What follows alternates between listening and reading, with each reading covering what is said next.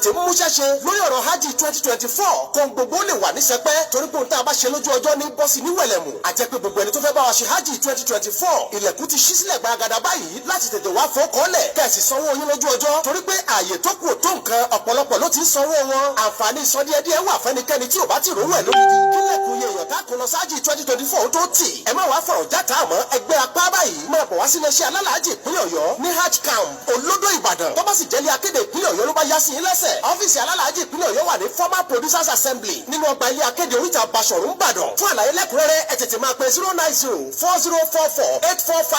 09040448451 ìrìn àjò hajj 2024 pẹ̀lú àjọ alálàájì ìpínlẹ̀ Ọ̀yọ́ ìrọ̀rùn ló máa bá dé bí iznillah olùkéde Ọ̀yọ́ State Muslim Pilgrims Welfare Board. أعوذ بالله من الشيطان الرجيم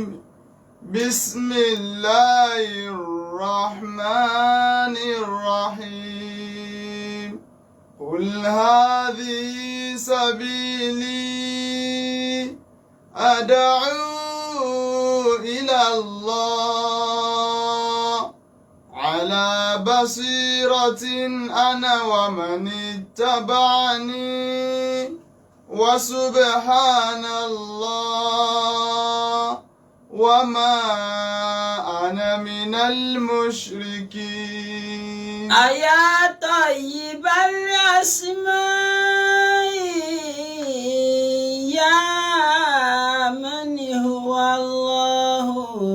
ومن لا يسمى ذلك الاسم إلا هو ومن كل ما نشكوه يا رب عافنا كأيوب إذ عافيته بعد بلواه فمن كان من ربي فإنك ربه ومن كان من مولاه فإنك مولاه فأنزل علينا المن يا من بمنه على قوم موسى أنزل المن والسلوى على قوم موسى أنزل المن والسلوى. أعوذ بالله من الشيطان الرجيم بسم الله الرحمن الرحيم. Aki gbogbo wa ní kíkí ọmọ àlìjánná pé assalamu alaikum wa rahmatullahi wa barakatuhu. Wa alaikum assalam wa rahmatullahi wa barakatuhu. Akíra wa káàbọ̀ sórí ètò wa Al-Basira èyí tí a máa ń tẹ́tí gbọ́ láti iléeṣẹ́ rédíò Solutions FM 92.9 ní àwọ̀ ní ọ̀sùn lókè àdúgbí. Ètò náà ti bẹ̀rẹ̀ nìyẹn pẹ̀lú ìyọ̀ǹda tọ́lọ́run. A rọ̀ wá kí á wá nǹkan fìdílé àbí kí á fìdílé nǹkan ká máa fọkàn bá ètò náà lọ. Àwọn sáàsù àti wọn fún wa ní ọ̀rọ̀ Ọlọ́run lọ́sọ̀ọ̀sẹ̀ ní gbígbọ́ wọn ti wà ní ìkàlẹ̀ gẹ́gẹ́ bí ìṣe wọn. Àwọn náà ní sáàsù wa Sulaiman buni Ibrahim Abu Ibrahim Ẹ̀sàòkè kọ́lọ̀ ń jẹ́ kí a rí wọn pẹ́ bismillah. A'udhu billahi minash shaitani rajim bismillahir rahmanir rahim alhamdulillahi wassalatu wassalam ala al-mab'uthi rahmatan lil alamin sayyidina Muhammadin sallallahu alayhi wa sallam وعلى آله وأصحابه ومن سلك مسلكه ونجا منهجه إلى يوم الدين وبعد adúpẹ́ lọ sí ọ̀dọ̀ Ọlọ́run alhamdulillah Ọlọ́run ọba tí ó ṣe wá ní mùsùlùmí ọ̀nà lọ́ba tí a dúpẹ́ fún à ń tọrọ àlékún ìkẹ́ àti ìgẹ̀ fún aṣíwájú ẹ̀dá annabi wa Muhammad sallallahu alayhi wa sallam ìkẹ́ Ọlọ́run kó máa bá annabi àti àwọn ará ilé rẹ̀ àtàwọn sàhábà rẹ̀ àti gbogbo àwọn mùsùlùmí tí à ń tẹ̀lé ojú pọ̀nà tí annabi wa sallallahu alayhi wa sallam títí ó fi di ọjọ́ ògbédè alkiyama à ń kí gbogbo olùgbọ́ wa níbi tí ẹ ti ń gbọ́ wa àtẹ̀yin tí ẹ ń wò wá lórí ẹ̀rọ ayélujára ti Facebook ti Ẹ̀sàòkè Sunnatic TV so àti YouTube so kọ́lọ́n balẹ̀kọ́lá kọ́ sálẹ̀kọ́ àná lórí ẹnì kọ̀ọ̀kan wa iléeṣẹ́ Solution FM ọlọ́run má jẹ́ kó bàjẹ́ gbogbo àwa tí a jẹ́ olólùfẹ́ òdodo tí à ń gbọ́ ètò àlùbásírọ̀ ọlọ́run má jẹ́ kọ́rọ̀ ẹnì kọ̀ọ̀kan wọ́ dàrú bákan náà ìlú Ìbàdàn ọlọ́run má jẹ́ ó bàjẹ́ gbogbo àwọn àbá wa tí wọ́n tanná ẹ̀sìn káàkiri ọlọ́run balẹ̀kọ́lá bá ní wà pẹ̀lú wọn àwọn tí wọ́n ti bọ́ dàlíkà mọ́nu wọn ọlọ́run bá ní foríjì wọn wọlé àjọkàn sọ ọlọ́run wọlé agbóhùn la ilaha illallah àwọn onígbọ̀wọ́ ètò yìí tí wọ́n jẹ́ kí a máa rí wa gbọ́ báyìí ọlọ́run má jẹ́ kọ́rọ̀ wọn dàrú gbogbo ẹni tí ń fi tọrọ kọ́bọ̀ lẹ̀ lórí ibi tọ́lọ́run sì máa lo òkè ọlọ́run bá ní ṣàgbéga fáwọn náà wọlé àjọkàn sọ ọlọ́run wọlé agbóhùn la ilaha illallah ní alẹ́ nǹkan tí a fẹ́ gbéyẹ̀wò òun náà ni ikú ànábì wa Muhammad sallallahu alayhi wa sallam ikú ń ṣe ọlọ́run kí làwọn ẹ̀kọ́ tá a fẹ́ rí kọ́ ń bẹ̀ ẹlòmíràn ọ̀gá irú tọ́pìkì wa nù ikú ànábì so a sọ àwọn ẹ̀kọ́ tá a fẹ́ rí kọ́ pẹ̀lú wàhálà tó ń ṣe ọlọ́run ṣe sallallahu alayhi wa sallam kọ́lọ́mọ̀ balẹ̀kọ́lá kọ́ bá ní sàlékún kẹrẹ̀ fún ànábì wa Muhammad sallallahu alayhi wa sallam so bákan náà a sì tún gbọ́ ibi tí ọ̀rọ̀ dé dúró lórí ọ̀rọ̀ Hajj ní Ọ̀yọ́ State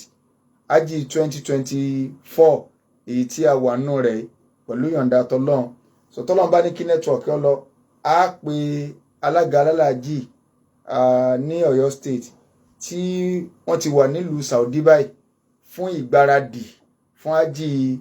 2024 so ibi tí wọ́n bá wá bá ọ̀rọ̀ dé so inshallah so tó bá ti di bí 9:30 so a pe ẹ̀wọ̀n ti kó ní meeting tí wọ́n ń ṣe ní Saudi Arabia inshallah náà anabi wa sallallahu alaihi wasallam àbá wa wọ́n máa ń dá wákà kan wọ́n ní tó bá jẹ́ pa ikú láyé ìbáṣepọ̀ ikú láyé o àbàbá Muhammadu àbàbá Muhammada ọ̀kẹ́ mẹ́fà lẹ́gbàjì àwa ò bá kan láyé mọ́ Taurata tí Musa Injila tí Isa Zabura tu Dauda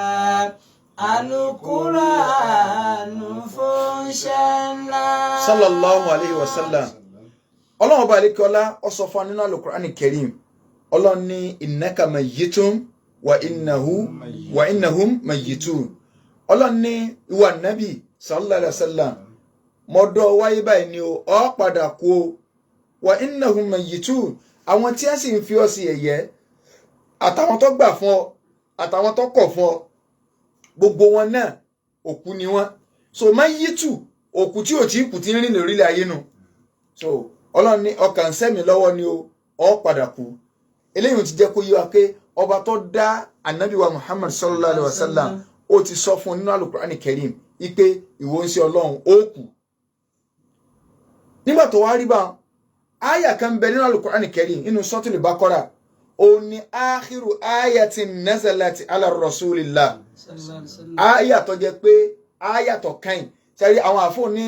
tafsir wọ́n máa ń fa àwọn ọ̀pọ̀lọpọ̀ nǹkan mímọ́ ara wọn lọ́wọ́ ọ̀tọ̀ ní súrà tó kàn pé súrà wo ló sọ̀kalẹ̀ kàn ṣùgbọ́n àyà tó sọ̀kalẹ̀ tó jẹ́ pé ìntànàbí ṣe lẹ́yìn àyà yẹn òun náà ni àwọn ìgbésẹ̀ ń tó fi hàn pé òun ti ṣe tán kú àyà yẹn ló sọ̀kalẹ̀ láti kí la àyà ká kó gba bí àyà wọlé ká lè bá a mọ àwọn ẹ̀kọ́ èyí tá a fẹ́ yọ nínú kú ànábì wa Muhammad sallallahu alayhi wa sallam Suratul Baqara àyà 281 ọlọ́run bá lè kí ọlá bá nàbí sọ̀rọ̀ bẹ́ẹ̀ na'am. واتقوا يوما ترجعون فيه إلى الله ثم توفى كل نفس ما كسبت وهم لا يظلمون. àyà yẹn ọlọ́run sọ̀rọ̀ ń pa rìbá bọ́ lókè so ọlọ́run ti sọ̀rọ̀ rìbá tẹ́lẹ̀ ọlọ́run ti clear ọ̀rọ̀ rìbá nínú Suratu Al-Imran kì í ṣe pé ọ̀rọ̀ rìbá wá lọ́wọ́ kẹ́yìn ìgbésí ayé ànábì rárá o ṣùgbọ́n ó tún wá clear ọ̀rọ̀ rìbá sí àyà yẹn ti wà nílẹ̀ already aya tó wá sọ̀kalẹ̀ ìgbà tí màláíkà Jibril mú aya yẹn wá fún ànábì wa Muhammad sallallahu alaihi wasallam ànábì wa ní ẹ lọ fi aya yẹn sínú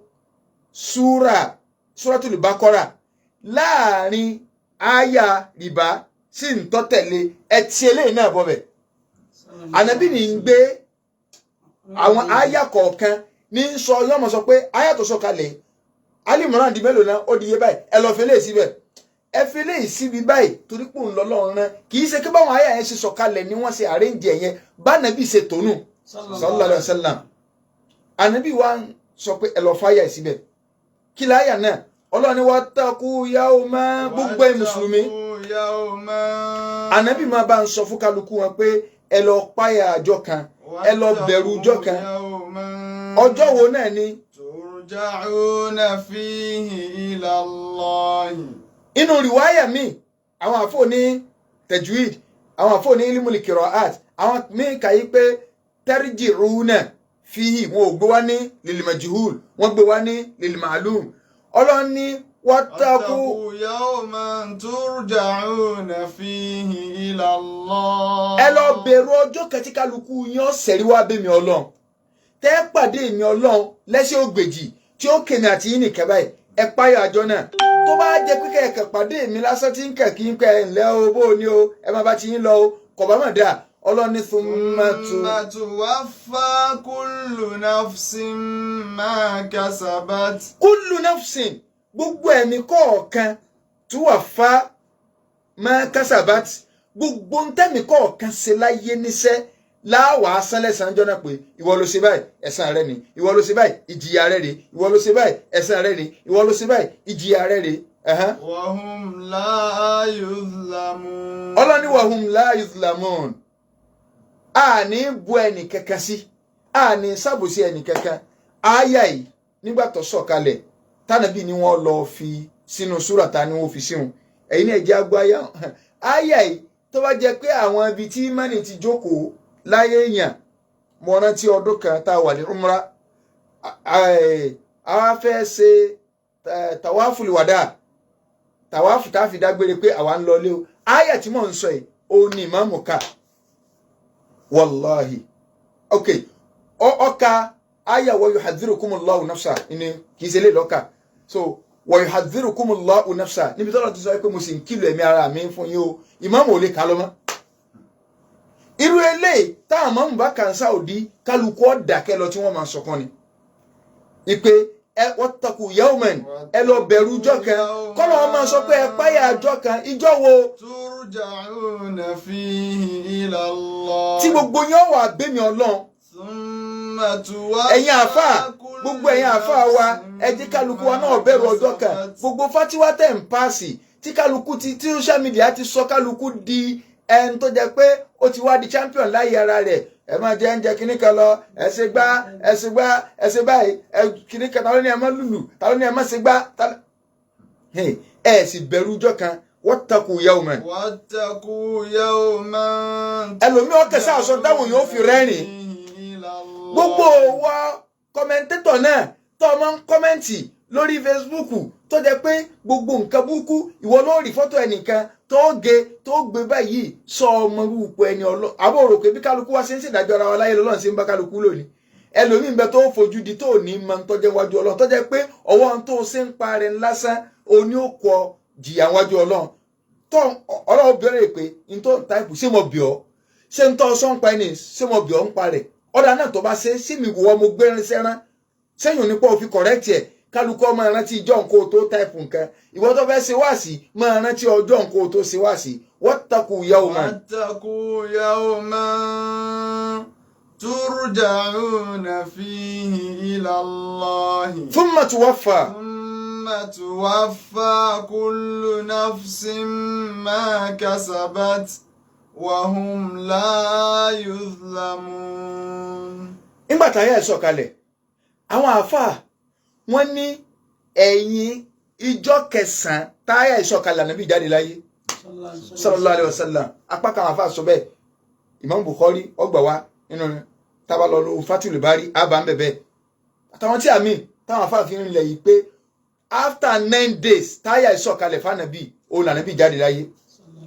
ńgbà tá ayá ìsọ̀kalẹ̀ kí ló ń ṣe Ọlọ́run ṣe Ànábì wá pé ìkan náà àwọn ọmọ ọ̀dọ̀ rẹ̀ Abu Muwaihiba Ànábì ní ọ̀yá jẹ́ a jọ lọ sí ààyè ibi tí wọ́n sin àwọn òkú sí ní Uhud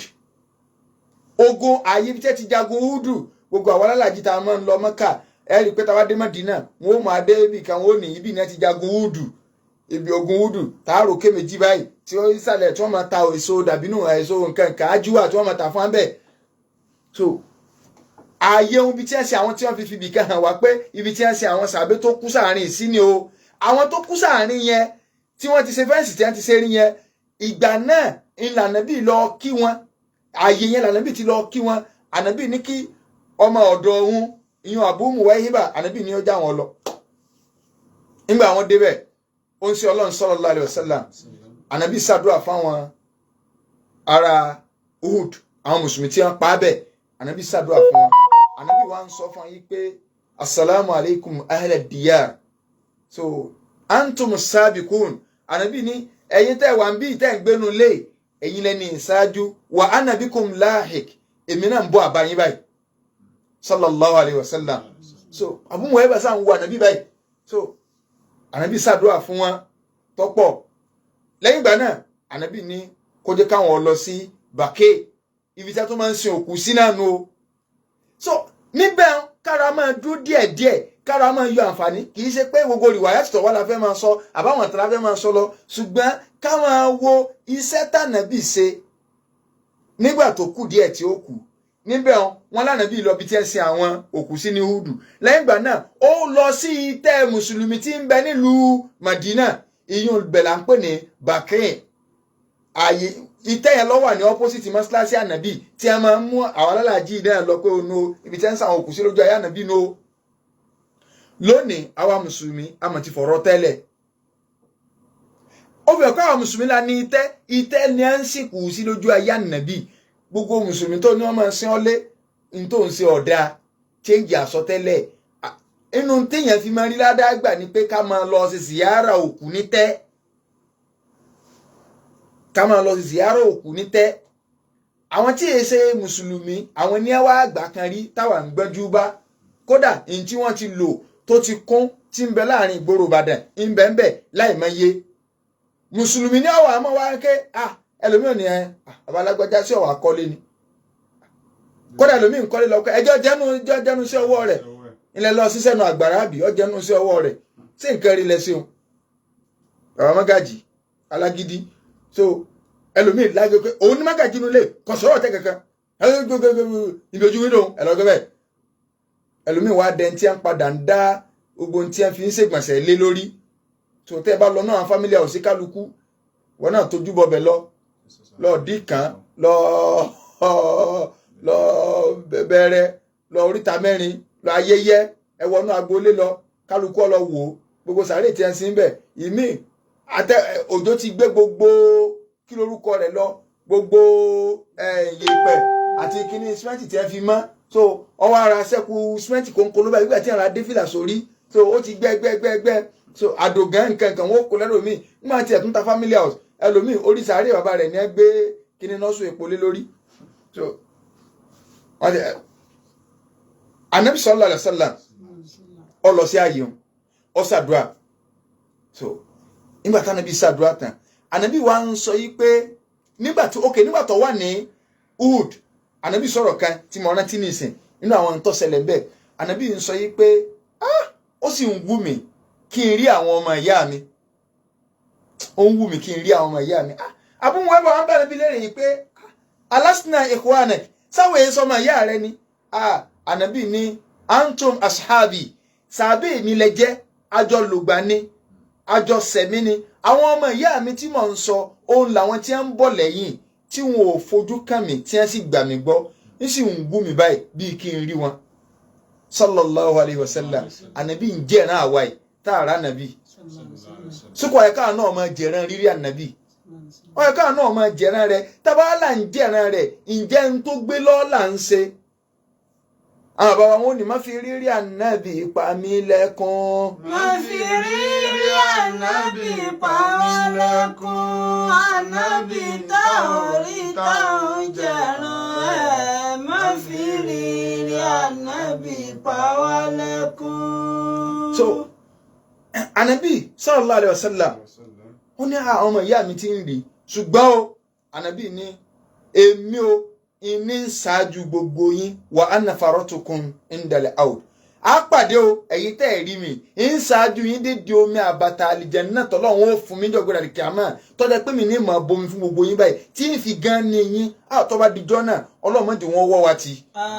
ànábì ń jẹ̀ràn wálẹ̀ ipe ń ṣáájú yín dédé omi o ń sì máa bomi fún yín pẹ̀lú àwọn kọ́ọ̀pù àtàwọn àròyìn tánàbì fi ròyìn omi ìròyìn rẹ̀ ń kọ́ la fẹ́ lọ ṣùgbọ́n akọ́kọ́ di nọ́tọ̀ kan mú pé ó ń ṣe ọlọ́run ronú wálẹ̀ tẹ́ ẹ bá wá lọ wo rìwáyà hadithi mi ànábì ní tó bá wá yá tí ẹ bá ń kó ohun yín bọ̀ ẹ̀yin tẹ́ ẹ̀ rí mi wọn àwọn mọ̀lẹ́ká wà máa da àwọn kan padà ìwọ̀n àmọ́ sọ pé bá ń fi ẹ́ lẹ̀ àwọn ọmọ ìyá mi tí mò ń sọ rèé àwọn tí ẹ gbà mí gbọ́ rèé tí wọn ò rí mi mo ti rí ìmọ́lẹ̀ àlùwàlà lára wọn ìjọ mi lọ́lọ́run lòun ó fò nípọ́nlé páwọn ní ìmọ́lẹ̀ ọ̀yọ́ lára wọn àwọn mọ̀lẹ́kọ́ àwọn sọ́kọ́ ànábì mọ́dà wọn lóhùn sọ̀rọ̀ àwọn ilé wọ́n sàlùwàlà tó tọ́jú wọn kí n láyé ṣùgbọ́n wọ́n ti fi àdàdálẹ̀ kún ẹ̀sìn tó mú wá ọjẹ̀rẹ̀ wọn ní o wọn ò lè ṣàǹfààní lára rẹ lónìí ànábì tó lóhùn ti ń jẹ̀ràn wa nígbà tí ikú ń bọ̀ tó kújọ́ mẹ́sàn-án tí ń sọ àwọn ọ̀rọ̀ tánàbì sọ nígbà tí tó fẹ́ kú ní ogun tí wọ́n fẹ́ jẹ́ ká máa gbọ́ yé o tí ń sọ̀rọ̀ tó wá di pé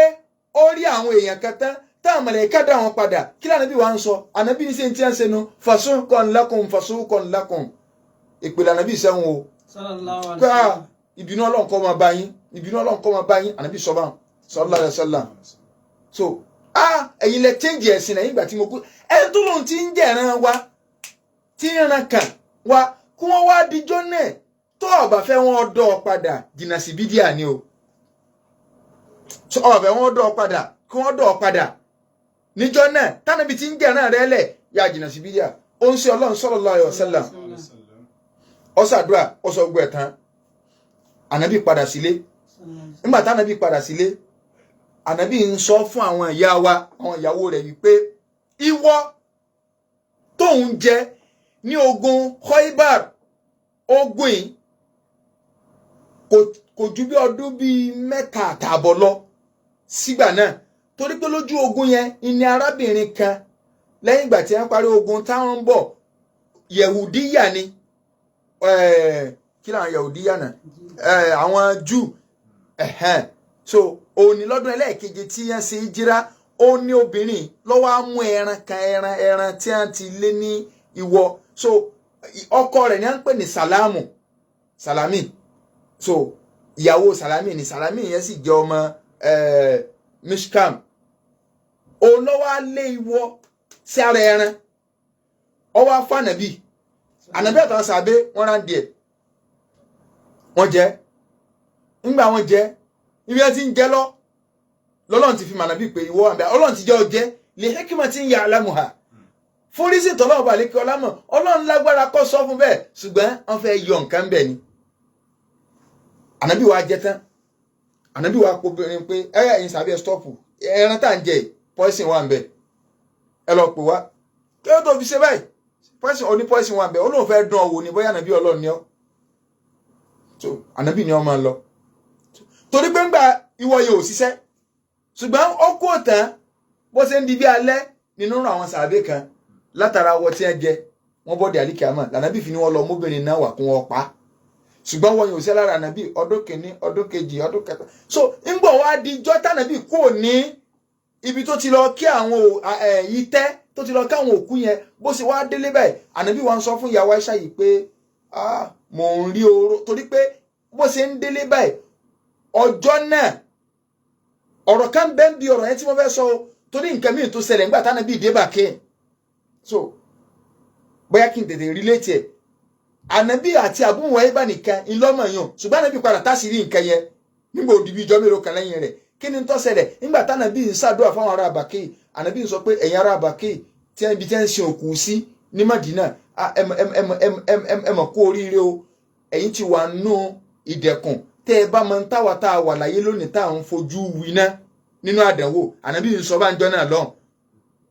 tó sẹ́wọ̀n kì í bó wa ní tàsíkò tí wa báyìí ànábì dẹ̀ mọ̀ kó ríire o so ibi tánàbì ti wá gbójú wẹ̀yìn ó wá ń sọ fún ọmọ kí o rẹ̀ tó mú lọ pé sórí ibi tí mo ti ń ṣàdúrà ẹ̀ ọlọ́run ní kí Jibril lò wá bá mi kí n mú kan nù méjì ìmọ̀ kí n máa bẹ lọ gbére fún màlìjánà tí sì tó wà lìjánà tàbí kí n máa bọ̀ lọ́dọ̀ ọlọ́run ní ìsìn fún màlìjánà tí sì tó wà lìjánà àbúmọ̀ ẹ̀bọ̀ wọn sọ fún ànábì yìí pé dáko ikhtari libaqa'a àfihàn mú in tí kò mú ni pé kọ́ ọmọ abẹ lọ gbére láàrin wa má mú pé kọ́ kú ní ìṣẹ́ ànábì dáko mọ́ kó ànábì ní kalla wallah ọ̀rọ̀ òríwó ti sàn qad ikhtartu liqa'a rabbi mo ti mú kí n lọ bọ́lọ̀ wọn bá mi nítorí pé kí ni mò ń wo àwọn fìtínà tí ń bọ̀ báyìí tí mò ń wò lọ́ọ̀kan báyìí tó jẹ́ wípé bí kan bá ti ń lọ nèmi ọmọ tẹ̀lé wal akhiratu sharrun minal ula in tó bá wá lẹ́yìn yóò burú jù tàkọ́kọ́ lọ bẹ́ẹ̀ sì máa bá yínú hatta talqaw rabbakum tẹ́ẹ̀fì lọ pàdé ọlọ́run ẹ máa fọdún yín dún ni. àbúrò ẹ wà wá òkè ànábì ní kò sọ̀rọ̀ bẹ́ẹ̀ mọ̀ so bá ànábì ṣe dé báyìí sílé òun làárọ̀ ìbẹ̀rẹ̀ àárẹ̀ yẹn dé ọwọ́ á mú inú kíkan lọ́wọ́ pẹ̀lú ànábì wa ń sọ pé ẹ̀yin ìyàwó mi oró ìwọ tí mo jẹ ní ogun Khaybar ní tó ti lé lọ́dún 3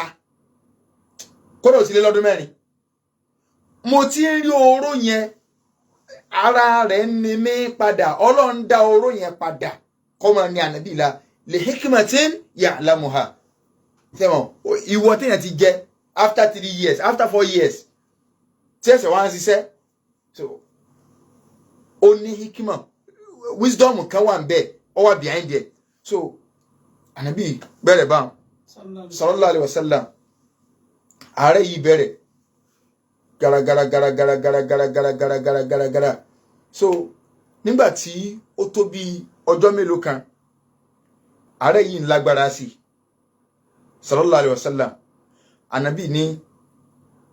kí Abubakar Siddiq radiyallahu anhu àwọn ibi tí mo fẹ́ lọ ń bẹ̀ ni o àwọn èèyàn ti ń mọ̀ pé aróńsẹ́ ọlọ́run ọ̀yà ànábì wa ló òun fẹ́ báwọn èèyàn sọ̀rọ̀ nígbà wọn ti ń pariwo táwọn èèyàn ti ń sunkún ní mọ́sálásí ànábì wa ní kí wọ́n gbé òun wọ́n wá gbé ànábì sallallahu alaihi wasallam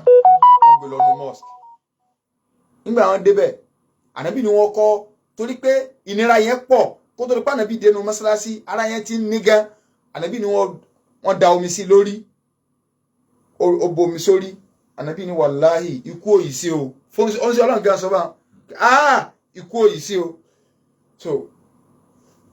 ó bomi sórí ànábì nu o sallallahu alaihi wasallam nígbà tí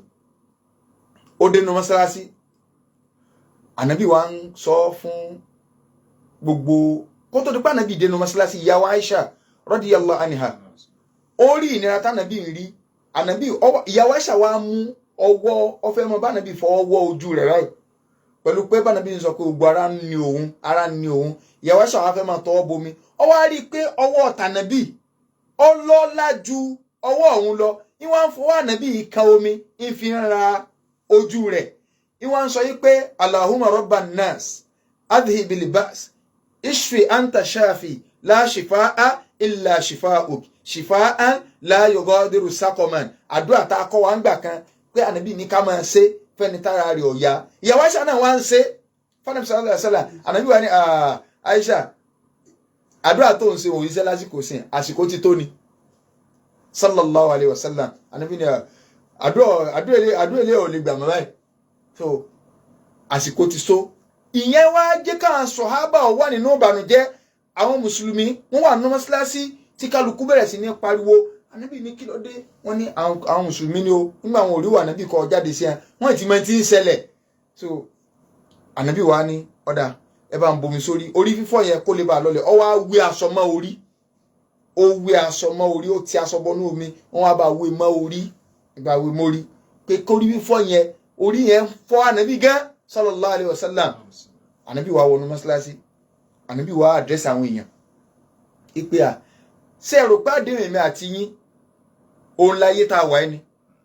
àdéhùn èmi àti yín èsà ayé yìí àlìkíyámà làdéhùn èmi àti yín Ànábì sọ̀rọ̀ gan bí Ànábì ti ń sọ báyìí Abubakar kan dìde ni radiyallahu anhu kono balikola ko bá ní yọ́nú sí Abubakar. Abubakar ní fadaituka bi nafsi ya Rasulallah. Ànábì mo fi ẹ̀mí mi lẹ̀ kí n kú kí wò sí wà láyé. Mo fi gbogbo dúkìá mi lẹ̀ kó parẹ́ kí wà Ànábì ó sì wà láyé. Ibi tí wọ́n sọ torí pé Ànábì ò tí sọ pé òun fẹ́ kú ṣùgbọ́n tí ń sọ̀rọ̀ bí òwe nígbà máa sọ bá pé ayé yìí yóò tàn àdéhùn mi àti yẹn ṣayé alikama ni sọ Abubakar lọ wá dìde ó ti gbọ́ yé Abubakar ti gbọ́ tánàbí ń sọ pé hey ọlọ́jọ́ ti dé sallallahu alaihi wasallam báwọn èèyàn ṣe sọ Abubakar nù pé jókòó wọ Abubakar Ànábì bá ní ẹ wá kí ni mú yín pẹ̀lú Abubakar náà kí ló dé kí lẹ́yìn àti Abubakar jọ papọ̀ ẹ bá ń fọ̀rẹ́ mi lẹ̀ ẹ wá gbọ́ lónìí o kò sí ẹnì kankan sallallahu alaihi wasallam Abubakar ṣe ẹgbẹ́ anybody o Ànábì ni kò sí ẹnì kankan nu gbogbo yín pátá nínú gbogbo ẹ̀yin tá a jọ lò gbà yín tó ṣe mí lóore kan tó ní ìrègùn lórí mi àfi kí n ti san lẹ́san padà Abubakar nìkan ni ìrísàn lẹ́san gbogbo dáadáa tó ṣe fún mi mo fi ẹ̀san rẹ̀ lẹ́dàlẹ̀ kíámà ni kí ẹ̀yà tàbá Abubakar fẹ́ máa fà papọ̀ Ànábì ni gbogbo ilẹ̀kùn pátá ní ẹ̀tìtì ilẹ̀kùn Abubakar nìkan ni mo fi lẹ̀ kí ló tẹ́ mo bá ń dà Abubakar láàmú ẹni tí ń bá gba dúkìá rẹ̀ kan dúkìá mi ni ó kí n tó lọ kó wá sọ ó kí n fún padà ó ẹni tí ń bá ti ṣẹlẹ̀ṣẹ̀ kan bóyá mo lù lọ́nà tí ọ̀dá ni ọ̀yá ó ní ó èmi ni ó mo fira mi lẹ́kọ̀ọ́ wá gbẹ̀san báyìí kò sẹ́ni kankan nù yín tí ó wà dárí kàmá tí ó lónìí ẹ̀ka lọ́dọ̀ mi mo ti ṣẹ̀san kálukú fún Abubakar nìkan ni mo fẹ̀san rẹ̀ lẹ́fọ̀ọ́ lọ́npọ́lọ́ ni kò bá ń san lẹ́san kálukú wá dákẹ́ sallallahu alaihi wasallam ibi kálukú ti dákẹ́ Abubakar òun náà dákẹ́ kálukú ń sunkún Ànábì ní ta ni ó gbẹ̀san ta ni mo ṣẹ̀ arákùnrin kan wọ́n ń pè ní Ukasha ó ní wà Ànábì èmi ni gbogbo àwọn èèyàn tó wá dojú bò pé eléyìí mọ́ láyà o ọmọ láyà Ànábì sí ọ Ànábì ó ní bẹ́ẹ̀ ni ní ogun Údù àní ogun Bádìrì níbi àti ń jagun lọ ọgbà mi nínú ó sì ro mi dénú báyìí ó sì dùn mí mo fẹ́ ṣe tèmi lónìí wọn náà ló ní kálukú ẹni tó wá fẹ́ lẹ́san Ànábì ní ẹjọ́ bọ́ wájú ń bì gbogbo àwọn sàbí wa dojú bò kí ṣùgbọ́n ikú Ànábì tánàbì ti ń fún wọn nírò in tí ó ṣẹlẹ̀ yìí ó ti jẹ́ kálukú wà nínú ìbànújẹ́ musa ń go ntarakùnrin ìfẹ́ ṣe Ànábì wá sí aṣọ òkè nìkan rẹ̀ sallallahu alaihi wasallam so ó sí aṣọ òkè ikùn tí wọ́n èrí tẹ́lẹ̀ tẹ́nìkan kẹ́ èrí Ànábì wá sí òkè pẹ́ fílẹ̀ ọ̀yá wá gbẹ̀sẹ̀ wọ́n náà wá tẹ́mì númọ́lẹ̀ Ukasha ká súnmọ́ bẹ́ẹ̀ ni ọkàn kìí sí bẹ́ẹ̀ ni ọkàn dìbò Ànábì báyìí ní kàn sọkún ni sallallahu alaihi wasallam in tó fẹ́ ṣe náà nù ìwà ń sọkún so kò sẹ́ni kankan tí ó lè rara wọn lẹ́kún mọ́ Ànábì tó padà wọlé sallallahu alaihi wasallam so Ànábì wá ní ẹni ká Abubakar kó máa kírun fáwọn èèyàn ìgbà tá Abubakar wá ń kírun ó wá di àsìkò kan Ànábì ní ẹ̀kẹ́ jáde ni mò ń gé ní ohun tí fẹ́ máa sọ àwọn ọjọ́ o torí pé a fẹ́ yọ àwọn ẹ̀kọ́ tó wà ń bẹ̀ Ànábì wá jáde wá ẹnìkan mo ní láti 9 days ó kù 9 days Ànábì ó kù àní gbogbo tí mò ń sọ yìí òun náà ní gbogbo àwọn ìṣẹ̀lẹ̀ yìí ṣẹlẹ̀ o bánábì ṣe jáde wá Ànábì ti jẹ́ ká Abubakar ó bẹ̀rẹ̀ ẹ̀rùn Ànábì kẹ́ jáde ni sallallahu alaihi wasallam Ànábì wá ń kọ́ṣe ìrun Abubakar Ànábì di màmúm fún Abubakar di ìmáàmù Ànábì wá ń kírun lẹ́yìn rẹ̀ sallallahu alaihi wasallam so ìgbà tí Ànábì kírun tán Ànábì ní Ọlọ́run bá àlékè ọlá kò ní jẹ́ láíláí kó rá Ànábì kan dìde kó gbá Ànábì kan dìde àfi kó jẹ́ ká Ànábì yẹn ó kírun lẹ́yìn ọmọ lẹ́yìn rẹ̀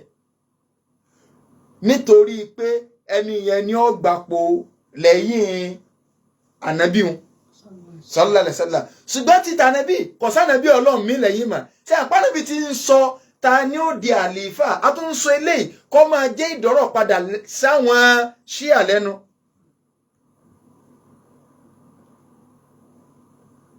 Ànábì kú ńbẹ̀ sallallahu alaihi wasallam nígbà tí ó kù ọjọ́ mẹ́rin tánàbí ó jáde láyé Ànábì tún bọ́ síta ó pàṣẹ ó ní gbogbo in tí ẹ bá ń pè ní Yahudi àti Nasara àti àwọn ọ̀sẹ̀bọ kí wọ́n lé wọn kúrò ní Jaziratul Arab. máa gbọ́ ìwọ tẹ́ ẹ̀ mọ̀ sọ pé ẹ̀wọ̀n ni ọmọ jẹ́jẹ́ káàkiri ìjọ mẹ́rin ó kù ọjọ́ mẹ́rin àṣọmọ pààtọ̀ sọ̀kalẹ̀ láàsì ni Ànábì pàṣẹ rẹ̀ wípé gbogbo in tí bá ń jẹ́ Nasara ni Yahudi ni ẹlẹ́ẹ̀kọ́ àti mushrikun àtàwọn ọ̀sẹ̀bọ. Bákan náà Ànábì tún wá ń sọ àwọn ọ̀rọ̀ kan tí ń sọ yí pé qatalallahu al-yahud Ànábì ní ìbínú Ọlọ́run kó máa bá wọn Yahudi wan nasara àtàwọn Nasara nítorí kíni o ittakhadhu qubura anbiya'ihim masajid. Ànábì ní tànàbí Ọlọ́run tọ́lọ́run rán sí wọn tí a bá ti kú báyìí sàárè rẹ̀ ni wọ́n sọ dibi tí wọ́n ti lọ máa ṣàdúà tí wọ́n ti lọ máa kírun so ti rí nǹkan. Ànábì fẹ́ pé ilẹ̀ ń sọ fún àwọn ìjọ tí è ṣe ìjọ tiẹ̀ tí a jẹ́ ọmọlẹ́yìn Ànábì Ìsá tí a ń kílèmù Ànábì Mùsá Yahudi àtàwọn Nasara ó ń pèkélẹ̀ fún wọn ń fi ń pàkíyèsí ti mùsùlùmí pé ń gbọ́ tí ń bá wọn àwọn eléyìí lè pé ń ṣe ju nítorí tí a ń ṣe bẹ́ẹ̀ mi náà bá kú tán àbí ń dákẹ́ wá sàárè mi di dẹ́ lọ́wọ́ ṣàdúrà ń bẹ́ẹ̀. Ìyàwó Aisha ní tí ì bá ṣe àwọn èpè ràgùdù tánàbí sọ́ọ̀lẹ̀ yìí in títí ń wà lẹ́mìí wa gan ni pé tánàbí bá jáde láyé àbájẹ́ ogun ayé ọmọ bí sàárè rẹ̀ ó ṣe ga tó tá a bá mọ lélẹ̀ lórí ni gbogbo àwọn àáfàá yín kọ́ ni wọ́n ti sọ di òòṣà táwọn èèyàn ń bọ àti ìlọ bí àǹfààní ẹ jẹ́ ká pe alága alálàájì náà so àti ìsọ̀rọ̀ ká pe chairman tọ́lọ̀ ń bá ní kí nẹ́tíwọ̀kì ọ lọ inshallah yóò oníke ntí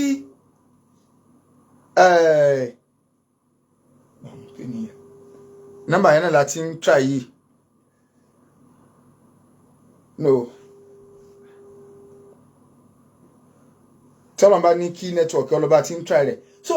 ẹwú bẹ́ẹ̀ sì sọ sàárì àwọn èèyàn dà so lónìí tí wọ́n mọ ilé gogoro lórí ẹlòmíì kódà wọ́n ń já tíkẹ́ẹ̀tì wọ bí sàárè ṣéwù mi Ànábì ní qatalallahu al-yahud kọ́lọ́n kọ́ bá ní pa àwọn Yahudi run Ọlọ́run bá ní bínú sí àwọn ittakhadhu wan nasara àtàwọn Nasara kí ló dé ittakhadhu qubura anbiya'ihim masajid àwọn sàárè àwọn ànábì Ọlọ́run tọ́lọ́run rán sí wọn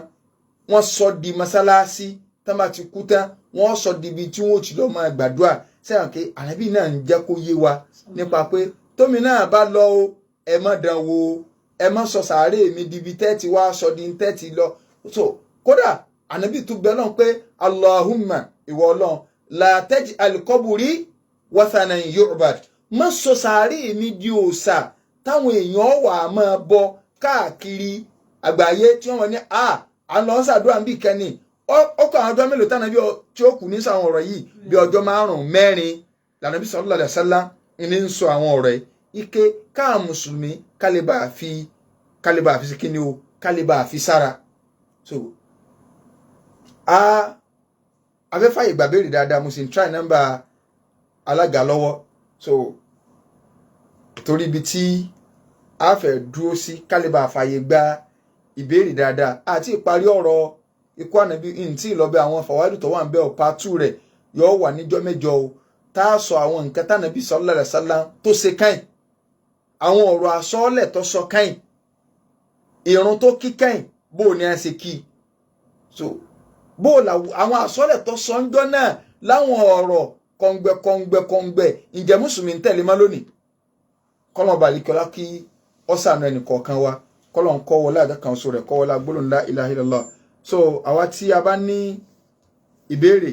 so àǹfààní ti wà fún láti lè pè wọlé ká pè wá sórí 09098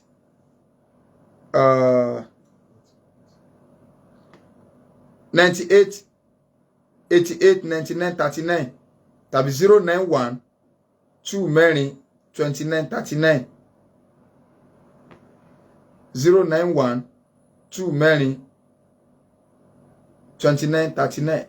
090 98. Wa alaikum salam wa rahmatullahi wa barakatuh. Abdulrasheed Ajao Ọ̀pẹ́lóyẹlú láti Ọ̀yọ́ Aláàfin. Okay, sir.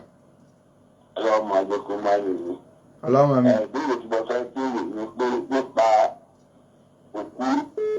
lóòótẹ́. Náà. Bí wọ́n bá jẹ́ pé àwọn ọmọ ilé òkú tí wọ́n bá lágbára láti gbé òkú lọ sí ìtẹ́, kí ni ìgbésẹ̀ tí àwa ará àdúgbò bẹ̀rẹ̀ ká ṣe láti bá wọn gbé lọ sí ìtẹ́? Ẹ lè bá gbé lọ síbẹ̀. Inshallah máa dáhùn ìbéèrè yín. So pẹ̀lú ògo Ọlọ́run,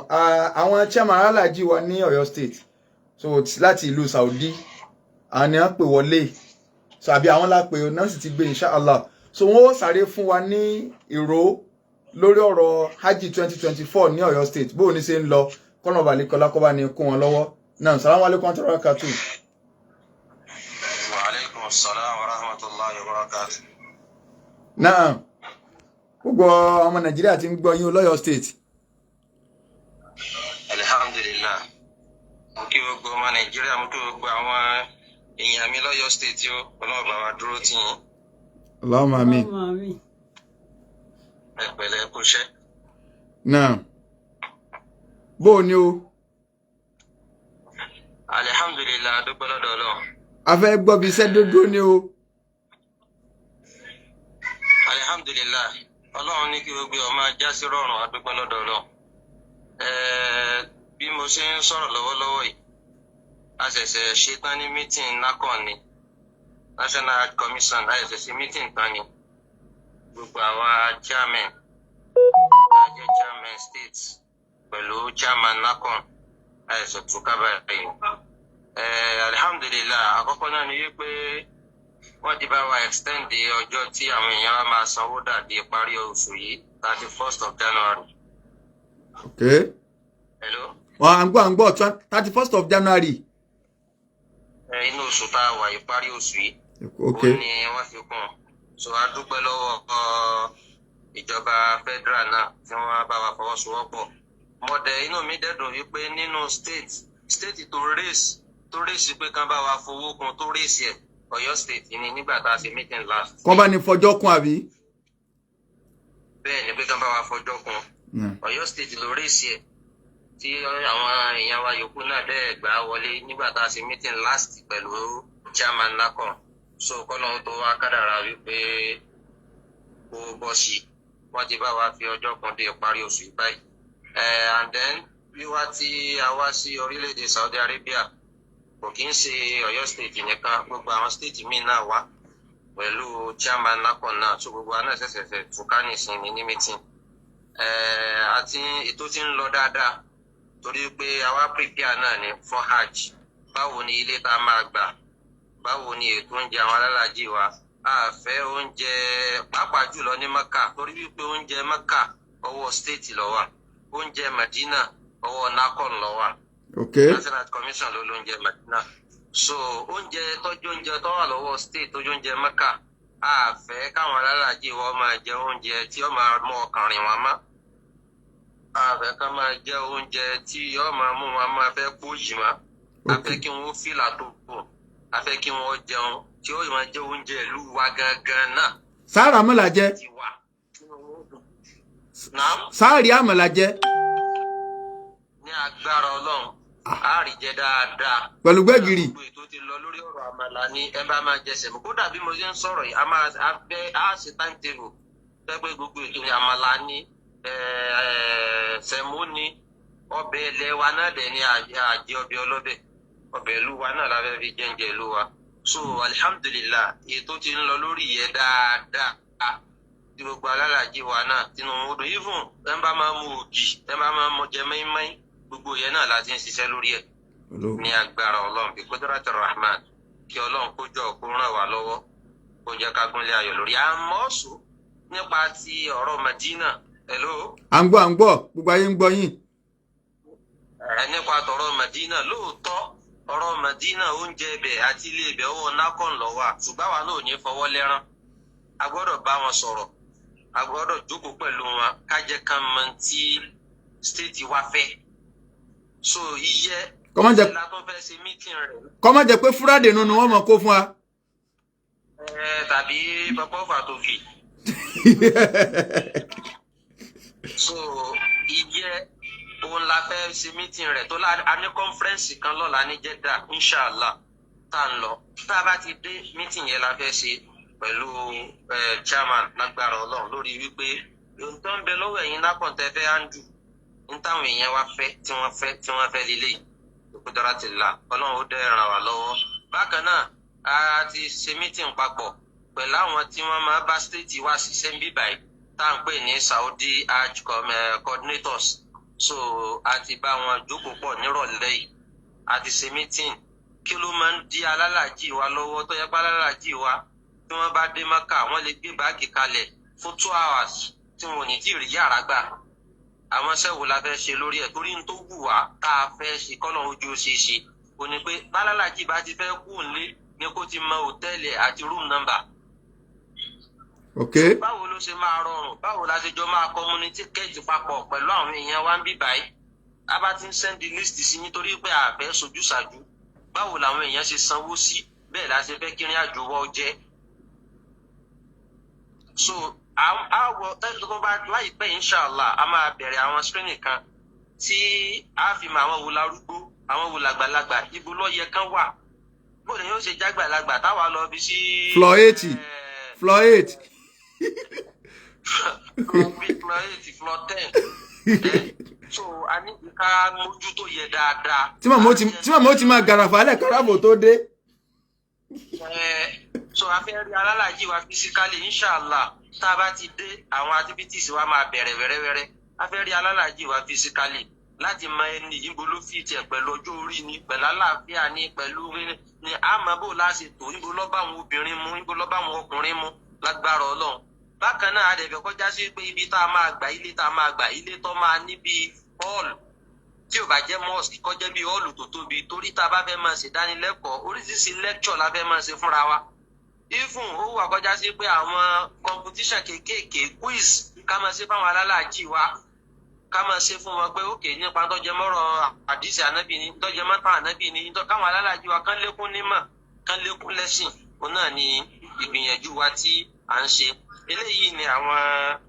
ìgbìyànjú tá à ń ṣe wẹ́rẹ́wẹ́rẹ́ and then wọ́n ti pín ọ̀rọ̀ ṣe kọ́pọ̀lọpọ̀ náà ti rí lórí social media pé wọ́n ti pín airline mẹ́ta náà ní sin nákàn ní approve so in tí wọ́n fún wa lọ́yọ̀ state ó ní max year so adẹ̀gbọ́ dáadáa ń parẹ́ torí lẹ́nu sí tán fún wa yìí mo ti lọ bá ẹni tó jẹ́ coordinator wọn Saudi Arabia bí ní Maka bí láti jókòó pẹ̀lú ẹ̀ so àwọn sẹ́sì kan ń lọ lórí wípé kí gbogbo ìrìn àjò wa náà kó lè rọrùn lágbára Ọlọ́run níjọ́ Jímọ̀ tí ń bọ̀ yìí ó ní àdéhùn tá a ṣe máa bẹ̀rẹ̀ wípé online program táwọn alálàájì tán ti sanwó tán àtàwọn tí ń sanwó lọ́wọ́ àtẹ́ńtọ́ fẹ́ sanwó máa rí so weekly program ni a fẹ́ fi bẹ̀rẹ̀ oríṣiríṣi program bíi lecture orientation a fẹ́ fi bẹ̀rẹ̀ ọjọ́ jímọ̀jímọ̀ la máa gbé jáde tó bá di Jímọ̀ tí ń bọ̀ yìí bàbá wa di chief imam of Ibadan land grand chief imam of Oyo state àwọn ni wọ́n máa bá wa ṣíde àti ṣe roster àti kọ topic táwọn alálàájì wọn máa gbọ́ àdẹ̀tí kókó àwọn àfa amáwọn àfa Ìbàdàn amúlọ́yọ̀ amúlógbòmọ̀ṣọ́ amúlókèògùn amúnibàràpá tó já sí pé àwọn alálàájì wa wọ́n máa gbọ́ oríṣiríṣi ọ̀rọ̀ Ọlọ́run lórí pílátífọ́ọ̀mù tí a fi wọ́n sí yẹ a lè máa extend yẹ tẹ́ báwọn èèyàn míì náà máa ṣe àǹfààní ń bẹ̀ ọ̀rọ̀ ìmánì abẹ́ fi bẹ̀rẹ̀ ọ̀rọ̀ bẹ̀rù Ọlọ́run abẹ́ fi bẹ̀rẹ̀ ọ̀rọ̀ tawhid abẹ́ fi bẹ̀rẹ̀ ọ̀rọ̀ kájínà sí ṣíríkù abẹ́ fi bẹ̀rẹ̀ alistiqama kéèyàn dúró dédé nínú Islam abẹ́ fi bẹ̀rẹ̀ ọ̀rọ̀ kéèyàn má fowó haramu sí lọ́hùn abẹ́ fi bẹ̀rẹ̀ gbogbo àwọn nǹkan yìí a ti tò lẹ́sẹẹsẹ tí ó máa jẹ́ every Friday inshallah Friday tí ń bọ̀ yìí ni ó sì bẹ̀rẹ̀ lágbára Ọlọ́run bi qudratillah wọ́n ti pín wa sí group tí a máa lọ inspection fún àwọn ilé àti àwọn kitchen tá a máa lò ara àbájáde meeting wa pẹ̀lú NACON nìyẹn wọ́n ti pín state kọ̀ọ̀kan sí group ẹ̀ tó jẹ́ pé tá a bá ti jẹ́ dàdé á wọlé tá a fẹ́ gbà báwo ló ṣe dá sí a wo kitchen tá ti fẹ́ dáná oúnjẹ fún wa báwo ló ṣe dá sí a dẹ̀ máa sign agreement a dẹ̀ sọ gbogbo ń tá a fẹ́ gbogbo ń tá a là kalẹ̀ tá a dẹ̀ máa tọ́ bí qudratillahi subhanahu wa ta'ala eléyìí ni díẹ̀ nínú àwọn ìgbésẹ̀ tí ó ti lọ jazakumullahu khairan Ọlọ́run bá ní kún yín lọ́wọ́ nítorí àwọn sọfà ní ìsìn ni pé ká fọkàn balẹ̀ lọ́yọ̀ state inshallah. Ṣẹ̀rí àfọkànbalẹ̀ torí pé inú mi dùn ẹjẹ́ ń lo opportunity láti ti fi dúpẹ́ lọ́wọ́ gọ́vnọ̀ wàláì Ọlọ́run má jẹ́ nǹkan ó bàjẹ́ o. Wọ́n wá sọ gbangba pé àwọn ó dúró ti chairman yìí tí ó ṣàṣeyọrí rẹ̀. Tòwòyẹ náà pẹ̀lú àánú Ọlọ́run lẹ́yìn náà yẹ fi wá lọ́kàn balẹ̀ wípé pẹ̀lú àfọwọ́sowọ́pọ̀ gbogbo ọmọ ìpínlẹ̀ Ọ̀yọ́ náà a máa ṣàṣeyọrí rẹ̀ lágbára Ọlọ́run. Àwa náà dẹ̀ láníyàn nǹkan kan ju wípé kí alálàájì tó bá bá Ọ̀yọ́ state lọ kínú ń dùn àfẹ́ kan rí ìnira kankan kọ́mọ má fara ni wọ́n kọ́mọ fara ni àwa náà afẹ́ kínú kálukú dùn pé àwọn bí tìdùnnú sí lọ́hùn béèyàn bá wá bí tá a wà yìí wàláhì tàláhì fúnmẹ́bìláì yóò sọ fọlọ́ ayé àṣẹ tó tóbi jù òní bíbáyìí àṣẹ tí ń bẹ ń bíbáyìí téèyàn bá mọ pàtàkì ẹ̀yìn òní jìnnà síbí tó téèyàn bá wá kówó yẹlẹ̀ tó fẹ́ rí àṣẹ bí àfi káwa náà dúró lórí wípé báwo ni yóò ṣe rọrùn fẹ́ni tinú rẹ̀ ó dùn wípé torí tó ń fi sanwó Ọlọ́run ní fóun òrì kọ́lọ́n kó ràn wá lọ́wọ́. jazakumullahu khairan Ọlọ́run bá ní kún yín lọ́wọ́ pẹ̀lú ògo Ọlọ́run. So náà ni ẹ̀yin wa lẹ ti gbọ́ láti ẹnu tí a máa ná wa ní Ọ̀yọ́ state yìí kọ́lọ́n bá lè kọ́lá kó bá ní kún wọn lọ́wọ́. So inshallah wọ́n ní ká lọ fọkànbalẹ̀ kò sí wàhálà ní Hajj 2024 ní Ọ̀yọ́ state yóò sì jẹ́ Hajj tí ó dáa jù so far inshallah Ọlọ́run yóò bá ní pè bẹ́ẹ̀ yóò sì bá ní kún chairman wa lọ́wọ́ àti gbogbo àwọn tí wọ́n ń kún wọn lọ́wọ́ náà sọba Ìmáàmù Ìbàdàn Ọlọ́run balẹ̀kọ́lá yóò jẹ́ kí a rí wọn pẹ́ àti gbogbo káńsù lápapọ̀ kò ní jẹ́ kọ́rọ̀ wọn dàrú gómìnà wa nípínlẹ̀ Ọ̀yọ́ Ọlọ́run bá ní ṣàlékún dáadáa wọn yóò wọlé àjọ kan so rẹ̀ yóò wọlé agbóhùn la ilaha illallah. So àwa tí a fẹ́ pè wọlé 09098 88 99 39. Hello. Yes sir ṣé ẹ gbọ́ gbogbo ọ̀rọ̀ alága dáadáa. Kétékété sẹ́rí pé ọkàn wa ti balẹ̀ lọ́yọ̀ state báyìí. Wàláì bá bá kú sórí ọpẹ́ kọ̀ọ̀ká káká máa tó bẹ́ẹ̀ lọ ní o.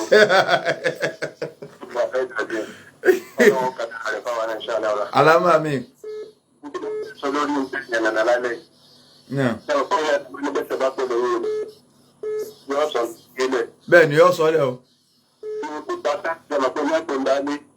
Bẹ́ẹ̀ ni. Àwọn náà wọ́n sì máa pàṣẹ onípẹ́ńpẹ́ tí òṣìṣẹ́ rí àmì ẹ̀tọ́ ẹlọ́dún tó dé ká gbogbo àwa tá a láti gbàgbọ́ ní oṣù náà ẹjẹ́ máa lóòjì dáadáa lẹ̀ síbẹ̀síbẹ̀ rẹ̀ bí gbìyànjú tó sóyà dàgbẹ̀gbẹ̀ bí gbìyànjú ẹ̀fẹ̀sẹ̀ ń lọ nǹkan ní nígbà tí ẹ̀fẹ̀sẹ̀ ń lọ gbẹ̀gbẹ̀ lágbóòdù ẹgbẹ̀ lóhùn ẹgbẹ́ mi yí lójúṣe dáadáa tí wọ́n fi òbí rẹ̀ wípé ọyá gbéyà rẹ̀ lọ́fẹ́ ní bàbá rẹ̀ lọ́fẹ́ nígbà ṣẹlẹ̀ bá ṣẹlẹ̀ látọ̀ ọmọ ẹ̀dùn mọ́ bí wọ́n kẹjà lára lásán nìkan dáná yìí Ọlọ́run sálẹ̀ kọ́ ara yìí nà yẹ dáadáa ní ìjọ mẹ́jọ pẹ̀lú ògòtò lọ́n so torí ọ̀rọ̀ chairman láfi fàyè lẹ́ẹ̀díẹ̀ bá so a gbé lecture wa padà tí ó lè súnmọ́ra wọn papọ̀ pẹ̀lú ọ̀rọ̀ ikú ànábì sallallahu alaihi wasallam náà hello salamu alaikum. ní láti ìgbọ́ program kan lórí rédíò ọlọ́nàbí máa ń ṣe ọjọ́ ìgbà rẹ̀ gan náà aláwọn tàbí lè rọ rẹ̀ wípé kí ìdáhùn ti ń gbà lọ́jọ́ mọ́ndé. ok wọn náà bẹ́ẹ̀ lọ́wọ́ ànábì pé kí ló ti fi ń gbà ọjọ́ mọ́ndé ó ní torí péjọ́ náà wọ́n bí wọn. ó ti yé mi tẹ́fẹ́ sọ yé mi wọ́n ní ànábì sallallahu alaihi wasallam wọ́n bi léèrè pé kí ló tó fi ń gbà ọjọ́ mọ́ndé oníjọ́ mọ́ndé wọ́n bí wọ́n ní sí alápọ̀sọ ọjọ́ ìbí nù ẹ dákun ṣé ọjọ́ ìbí ṣíṣe nu ta ló fẹ́ sọjọ́ ìbí lónìí láyé tá a wà tó wá jẹ́ páwẹ̀ ló fi ṣe ṣé èyàn máa fẹ́ sa ayẹyẹ kọ́ gbáwẹ̀ ok ẹlẹ́nà bí sọjọ́ ìbí rẹ̀ òun gbáwẹ̀ ẹ̀yìn ń dáná sọ́jọ́ra wọn kọjọ́ra wọn bó tiẹ̀ wá jẹ́ pàànà bí wàá sọrí sí méjì ó ní ẹlẹ́ẹ̀kejì ní pé njọ́ Monday àtijọ́ Thursday ni a máa ń kóṣẹ́ ẹrú lọ ọ wá sì dédéjọ́ tí wọ́n bí náà pé òun á fẹ́ kọjá pé tí wọ́n bá kóṣẹ́ òun lọ sókè àwẹ̀ ọ̀wà nù tí wọ́n kó lọ so ntànàbí sallallahu alaihi wasallam tí ó ṣàlàyé nù pẹ̀lú yọ̀ǹda tọ́lọ́n so a tún ibi tá a bá dé ànábì ò tí ì kú báyìí o ó sì kújọ́ mélòó kan a wà gbé wá àtàwọn ọ̀rọ̀ míì tí ó ní í ṣe pẹ̀lú kó ànábì sallallahu alaihi wasallam ṣùgbọ́n gẹ́gẹ́ bí ọ̀rọ̀ tí chairman alájí bá wa sọ wọ́n ti sún di ìparí oṣù yìí fún gbogbo ẹni tó fẹ́ bá stéètì lọ so ká máa pèsè àwọn nọ́mbà tá a máa ń gbọ́n a sì lè pè mí inshallah kódà bí èèyàn wà ní Amẹ́ríkà bó wà ní kíní kan tó wá fẹ́ ṣe ájì ó pè wá á sọ̀nà tí ó gbà tí ó pàdé wa lọ́hùn òun ọkàn ra tíkẹ́ẹ̀tì ni àwọn ọba ṣe físà á sì gbogbo ẹ̀ yóò sì pàdé wa ní ọ̀hún ayé ti rọrùn gan kò nídìí ó wálé mọ́ tó ti bá ní ìṣe kọ́lọ̀ kọ́ sànù ẹnìkọ̀ọ̀kan wa inshallah ájì 2024 kọ́lọ̀ má jẹ́ ọyọ ẹnìkọ̀ọ̀kan wálé inshallah. bó ti wù kó lè tó nínú ìlú kan ó ti dájú pàrọ̀rùn fáwọn kan nínú àwọn táyé àárọ̀ lọ́rùn káwá mọ́ wọn ọba olóore káwá mọ́ wọn ọba olóore alhamdulillahi rabbil alamin àní ìrìjì bẹ́ẹ̀ lọ lórí ètò Al-Basira fún ti alẹ́ àwọn tájọ mẹ́tò wá ṣe tí gbọ̀yìn àfáwà Yusuf Adédoyin Ajánásì àjọbẹ́ńbí ni àwọn ọmọjú ẹ̀rọ wa fún sáà tí a wà yìí ọ̀gbẹ́ni Ajíbọ́lá Sàlámì àti ọmọ ìyá wọn Adébáyọ̀ Tìámíyù náà ni wọ́n jọ ń tẹ̀ tí a fi ń gbọ́ wa ketekete nílé fún àwọn tá a bá ní ìbéèrè kan àbí kejì lórí ọ̀rọ̀ ẹ̀sìn a lè pe àwọn sáàsù wa àbí ká tẹ́ẹ̀sì mẹ́sẹ̀gì sí wọn ní orí nọ́mbà yìí àbí lórí ọ̀rọ̀ ájì náà àbí lórí ọ̀rọ̀ ájì 2024 eléyìí tí a ti gbọ́ ìlọsíwájú tí ó ń dé bá kọ́lọ̀n kójọ kó gbà níjọsìn fún wa a lè pa àwọn ọ̀gá sórí nọ́mbà 070 106439 ẹ jẹ́ ká tún kọ́ lẹ́ẹ̀kan sí 070 106439. kéèyàn tẹ́sì ni ẹ tẹ́sì mẹ́sẹ̀gì. àwọn ọ̀gá ní kẹ́ tẹ́sì ní ẹ̀dákun ọ voice máa ń gba time so tẹ́sì. ó lè jẹ́ voice náà so á padà pè. voice àbí pípé àbí test so kọ́lọ̀n kó jọ kó ṣe dára fún wa inshallah orúkọ tèmi ò yí padà èmi ni Diwanullahi Muhammad Jami aka mẹ́jọbàjẹ́ oníwàkà sunna ìpàdé tó di ọ̀sẹ̀ tó ń bọ̀ pẹ̀lú ìyọ̀ǹda àti àṣẹ Ọlọ́run máa ṣẹlẹ̀.